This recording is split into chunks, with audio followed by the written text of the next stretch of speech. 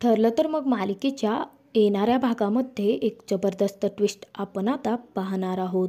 अखेर आता आश्रमामध्ये गाठोडं विसरल्याचं प्रियाने नागराजला सांगितलेलं असतं आणि नागराजने आता प्रियाला ते गाठोडं काही करून तिथून गायब करण्यासाठी सुद्धा सांगितलेलं असतं आणि त्याचसाठी प्रिया आश्रमामध्ये गेलेली असते आणि प्रियाला स्वतःलाच आठवत नसतं की तिने ते गाठोडं कोठे ठेवलं आहे.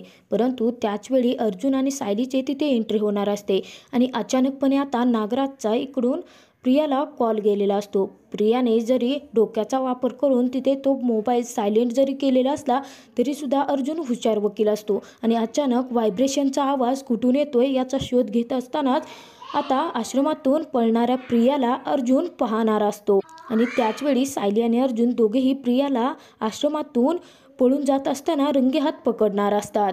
तर आता प्रिया आश्रमामध्ये कशासाठी आली होती याचं सत्य अर्जुन कसं शोधून काढणार आणि त्यानंतर आश्रमात अशी कोणती वस्तू आहे की जी आता गायब करण्यासाठी प्रियाने तिथे यायला भाग पडले आहे याचं सत्यसुद्धा अर्जुन शोधून काढणार असतो आणि तेही स्वतः आता प्रियाच्या तोंडून आता अर्जुन कबुली घेणार असतो. हेच आपण या व्हिडिओमधून पाहणार आहोत.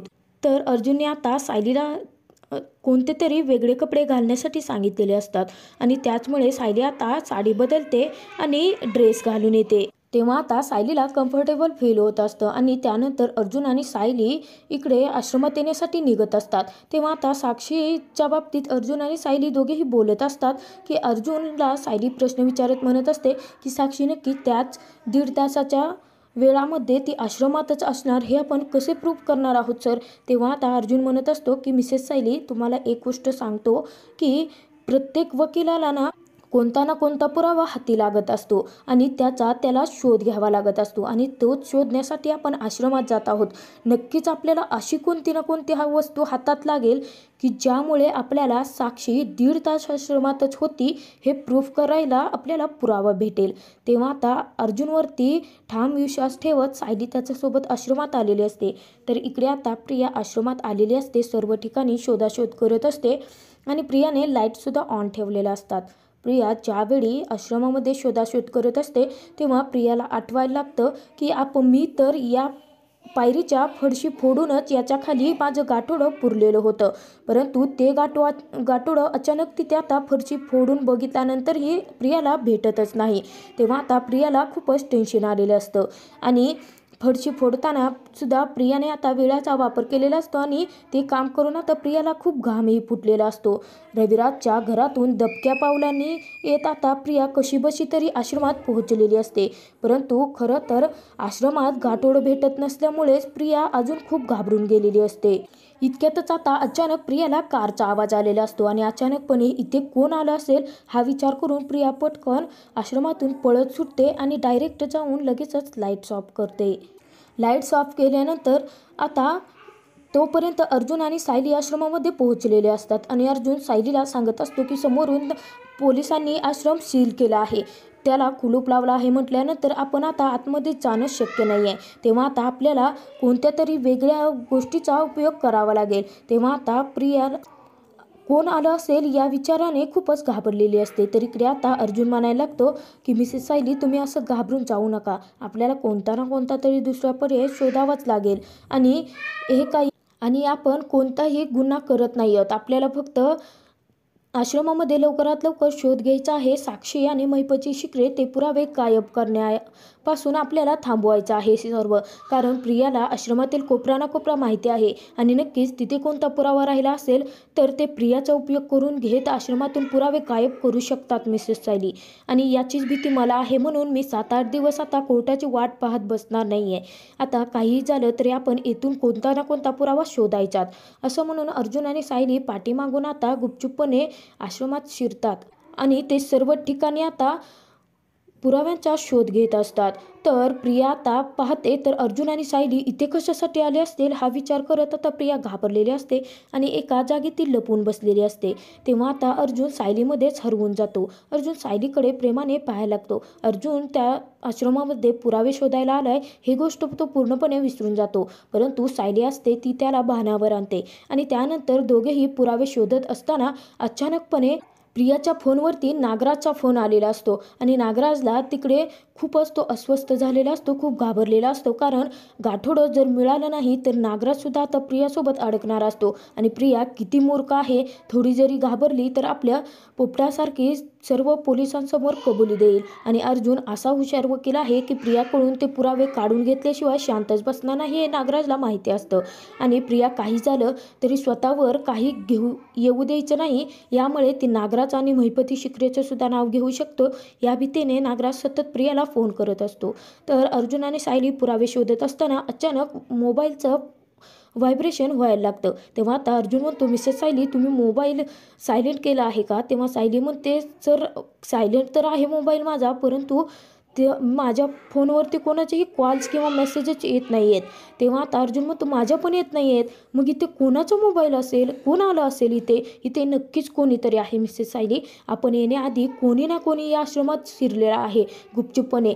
आपल्याला आता अर्जुन शांत बसा म्हणून अर्जुन गुपचूपपणे सायलीला इशारा करतो. आणि आता त्या मोबाईलच्या व्हायब्रेशनच्या दिशेने अर्जुन पाऊल टाकत असतानाच अचानकपणे आता प्रिया खूपच घाबरलेली असते आणि या नागराजला आत्ताच वेळ होता का फोन करायला, असं म्हणून आता प्रिया खूप घाबरते आणि लगेचच व्हायब्रेट होणारा मोबाईल ती पूर्णपणे स्विच ऑफ करून टाकते. तेव्हा आता व्हायब्रेशन अचानक बंद झालेलं असतं.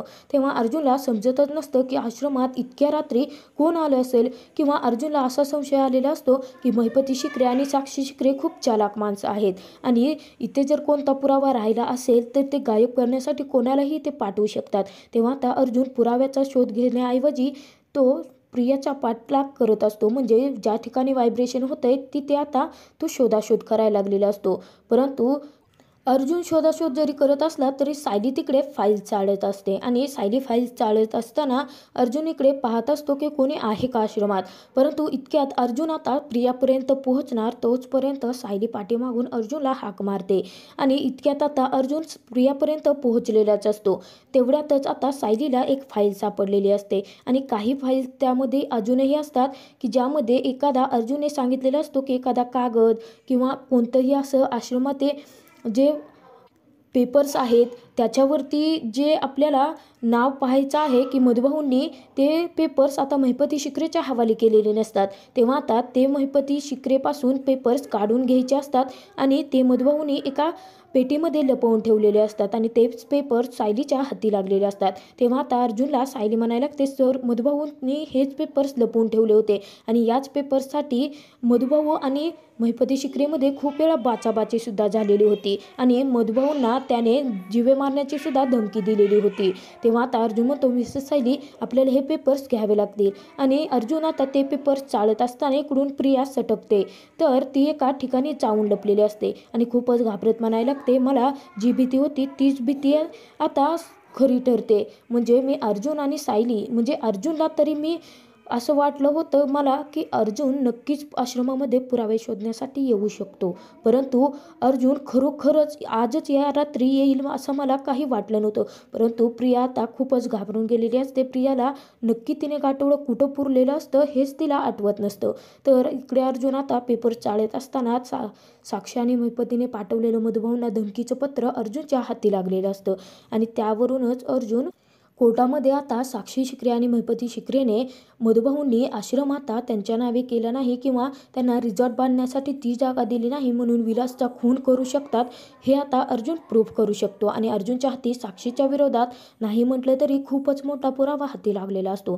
तर इकडे आता तोपर्यंत पोलीस आलेले असतात आणि पोलीस त्यानंतर अर्जुन सायली दोघेही घाबरून गंजेमध्ये जरी लपलेले असले तरी पोलीस आता खूप शोधाशोध करतात, परंतु कोणीच सापडत नाही. त्यानंतर गवताच्या गंजेवरती पोलीस आता धडाधड काठ्याने मारत असतात. तेव्हा तो त्रास तो मार अर्जुनने सहनही केलेला असतो.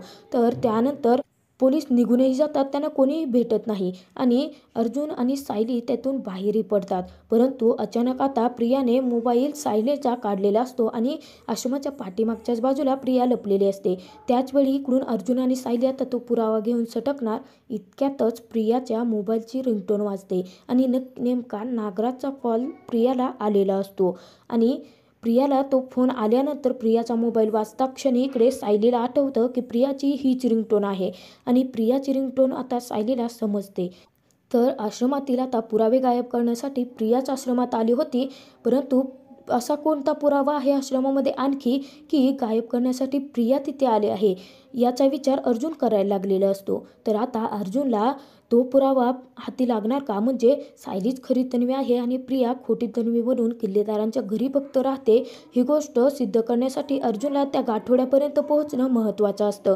तर अर्जुन आता प्रियाने लपवलेल्या त्या गाठोड्यापर्यंत कसा पोहोचणार, हे तर आपल्याला येणाऱ्या भागातच पाहायला मिळणार आहे.